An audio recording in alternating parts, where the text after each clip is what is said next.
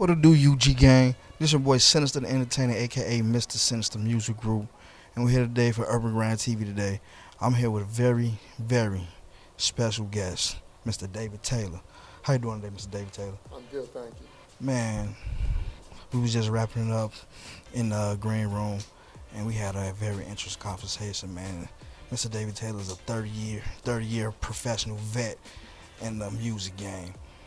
I'm telling you, you gonna want to tune in today and hear what he got to say. But 30 years, but you started when you were a teenager, right? Started singing in the choir when I was a teenager, yeah. And I started playing then too. But I've been writing music since I was about 7. Since you were 7, man. That's interesting, man. That's you had your calling early in life. Everybody not fortunate to do that, but that's wonderful.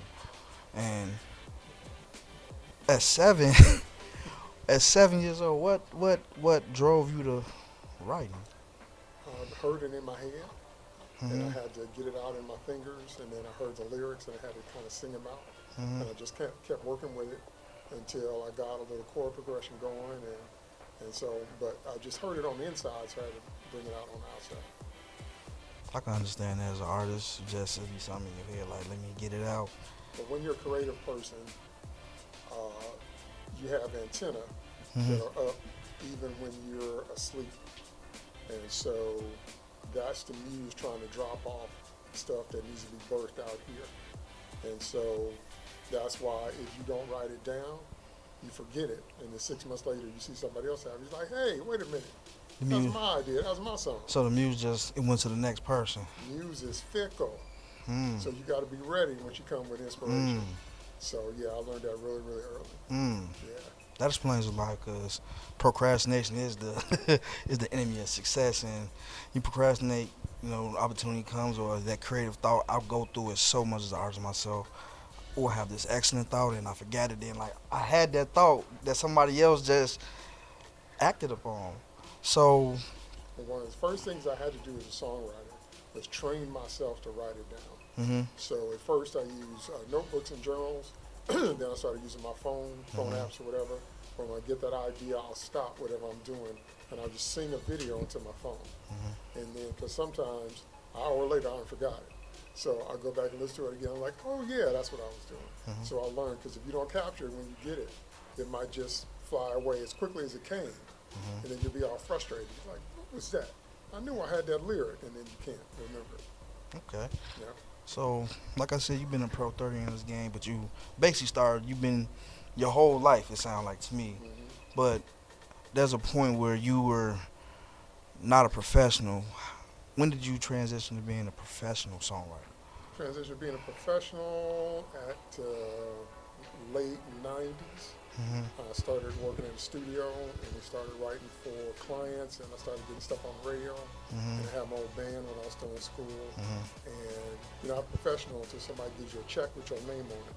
So I got a check with my name on it. I said, okay, I'm in it for real now. Yeah. So, I heard that. That's what makes anybody professional, getting paid to everybody. That's something you had to go sign. And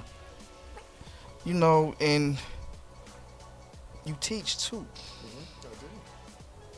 What made you want to teach?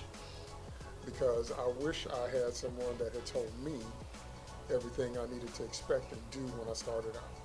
So I said, let me create something that allows me to teach others all the stuff I wish somebody had taught me. Because the music game is very, very complicated, and it changes constantly. And you need to be up on, there's the art of music and there's the business of music. And they're two different things. Yes. And so learning how to create your content is one flow. Learning how to monetize your content and copyright your content is a completely different flow. Yeah. And the laws change, and they change every year now. Yeah. So I wish somebody had told me all that. So I actually ended up going back to school to get a certificate in music business education, so I could learn all that. And so now I want to be sure I let other people know. Don't be working 20 years and you ain't got nothing to show for it. Right. Look up, you done wrote all these songs, you're like, where's my check? Exactly. They're not. It's like he said, there's the art of music and there's the business of music. Yeah. My very good friend Wally says that himself all the time. And speaking of Wally, weren't you at you teach at SAE, right? Yes. And my friend Wally, he was just a keynote speaker for their graduation recently. Wow. Okay. So yeah, Yeah, they so talked about me at the graduation. They said if you can make it through my class, you can make that's great. it anywhere. I mean, you're a tough teacher, but you want to see your students grow because you're Yes. pushing them. Yes. People don't realize sometimes we all need to be pushed.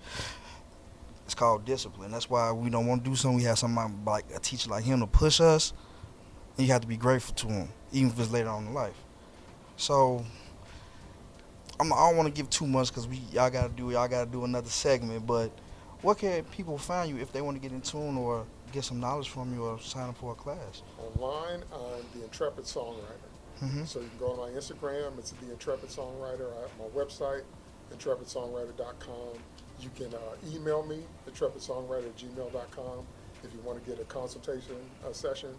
For my first-time clients, first 15 minutes is free. Mm-hmm. So you can come check it out. We can talk. You can tell me what you need.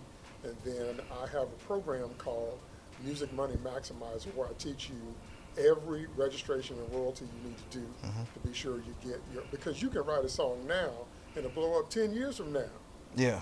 So you got to be sure you know how to register so you can get paid when it does blow up. Oh, for sure. Yeah. For sure. Yeah. So Intrepid Songwriter, that's where to find me, Intrepid Songwriter. Okay. Yeah. And one more question. Is that for any artist or any genre of music, or is it a specific genre that you only pertain to? No, it all works the same. Okay. It all works the same no matter what you write and how long you've been writing and what you want to do with it. But now, in terms of social media monetization, that keeps changing. Mm-hmm. And like, YouTube keeps changing their algorithm and you have to get a certain number of hits to get your ad money. But then there's your sound exchange money. If you're a featured artist on a track, that's a whole different thing. And then most people don't know the difference between a song and a sound recording. It's Right. two different income streams. So it's a lot. So yeah, I go through all Oh, that's you giving them that y'all gotta come to the class. This knowledge is not free no more. Well, it's never been. But knowledge, hey, come to the class, check it out, man. He got a lot of jewels to drop on y'all, man. This your boy Sinister Entertain. I'm here with Mr. David Taylor, OG in the music game, producer, teacher, and we out. My name is David Taylor II, and you're watching Urban Grind TV.